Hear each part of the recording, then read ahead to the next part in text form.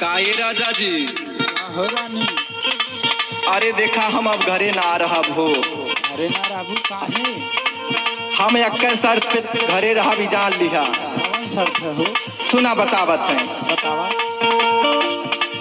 सुबह शाम खाना बनाई, सुबह शाम खाना बनाई, जिंदगी भाई ससतिया में, ऊपर से अम्मा घसिया करा में बेच देता राजा भैंसिया हो।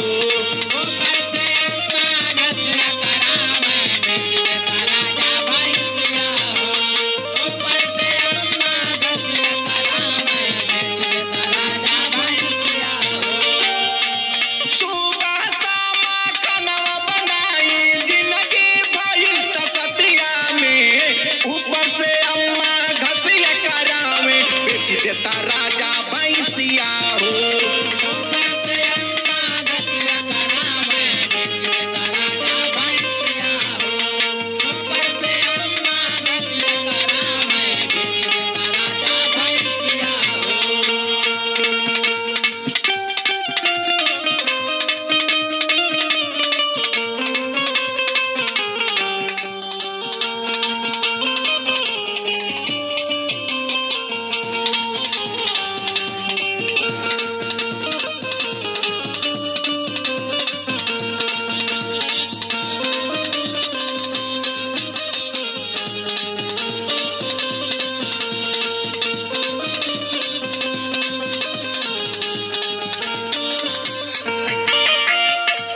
और सुनाइए राजा जी। सुनावा। अब नहीं